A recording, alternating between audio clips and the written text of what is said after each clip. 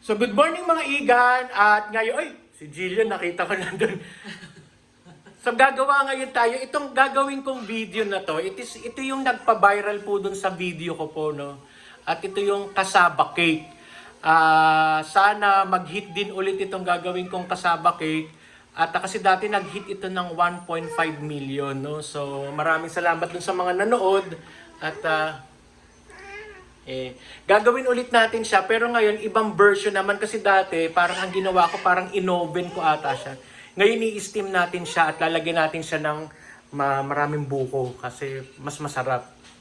So ito yung kasaba natin, no, nahiwa ko na siya. Yan, nabalatan ko na pala.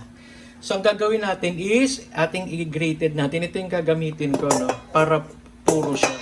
So yan, ang ating ganyan na natin. I-grated natin. Mapakahirap niyan. So ito mga iga na ano ko na siya, na-grated ko na siya. At may na pa natitira pang isa. Papakita ko sa inyo kung paano ginagawa 'yon. At ito 1 kilo. No, 1 kilong kasaba itong aking ginigrate. Dapat pino siya para kasi mamaya pipigain natin 'yan. So ayan mga igan, dyan ko na lang siya nilagay. Pero ito ganyan, i-grate lang siya ng ganyan. Yan. So yan. Medyo pahirapan lang ito. Kasi kung 1 kilo yung gagawin nyo, ayan. No? Kung gusto nyo pahirapan yung sarili nyo, yan. No? Tamang-tama, mag-Holy Week na. So yan. Anihin nyo lang siya. I-grate nyo lang siya. Ayan. Tataas ko ha. Ayan. Kasi wala akong tinatamad daw kunin yung tripod. Kaya ito na lang yan.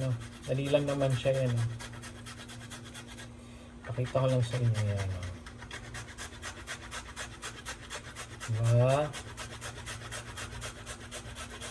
So actually madali lang naman siya i-grate. Ayan o.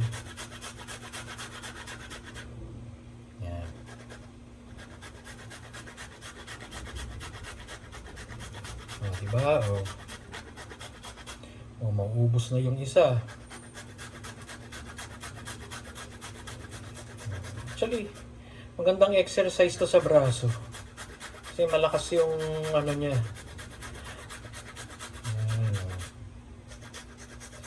So, hindi ko napahapain. Ikakat ko na kasi matagal pa to. At least nakita niyo na kung paano i-grade siya ng ganyan, ano? And hindi ko alam kung merong ibang pwedeng mas mabilis. Pero wala ako nung kaya ito lang yung gagawin ko. Ayan. Turn off ko muna.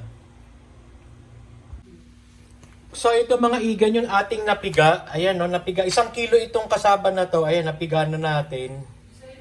Yan. At mamaya i-assemble natin yan. At gagawa muna tayo ng ng mga ilalagay dyan. Yan, no, nag-melted na rin ako ng butter.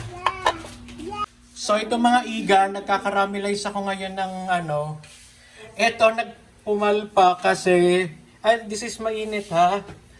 Yan, no, pumalpak siya kasi brown sugar ang nilagay ko, hindi pala maganda. So ganito yan, paano ginagawa, ayan. So yan, magana na siya. Yan. So ito yung ating granated na So ang ilalagay natin is yung ating coconut milk. Dalawang nyog itong coconut milk na ilalagay natin dito. Para sa 1 kilo, mas masarap kasi mas marami creamy yung gata. So yan, nalagay na natin yung gata. Haluin lang natin, ma-absorb niya kasi yan eh. Masarap talagang creamy yung natin. Yan. Ayan o, evaporated milk. Ilan ba yan o? 360 ml for 1 kilo. Ayan, lagay lang natin yan siya. Para mas creamy ang ating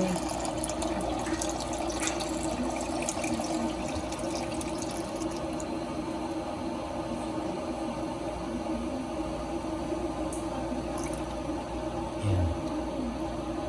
So after nito, ito namang condensed milk. Ayan nila. 370 grams. Use mo na lahat yan. Para Hindi na tayo maglalagay ng ano. Yan na yung pampatamis natin.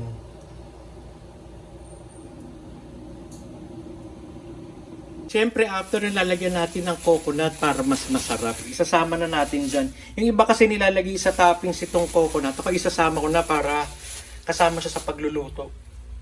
Tapos ito yung butter, isasama na natin dyan. Yan. Ang sarap niya, no? Sige, dyan ka pa sa Very buttery, oh. Ayan. Oh. Very buttery. So next, ilalagay natin yung 5 itlog. 5 itlog to para sa 1 kilo. Ha? So ayan, tinan mo. Dilaw na dilaw siya. Sarap niyan. Ayan, oh. Ayan. So dapat ganito mga igan yung consistency niya. Ayan. Oh. Hindi siya masyadong dapat na ano. Dapat ganyan yung medyo may sabaw ng konti. Kasi kapag yan inano nyo, matigas ang inyong kasaba. Ito medyo malambot ng konti. Parang papichi-pichi na yung dating niya. Yan.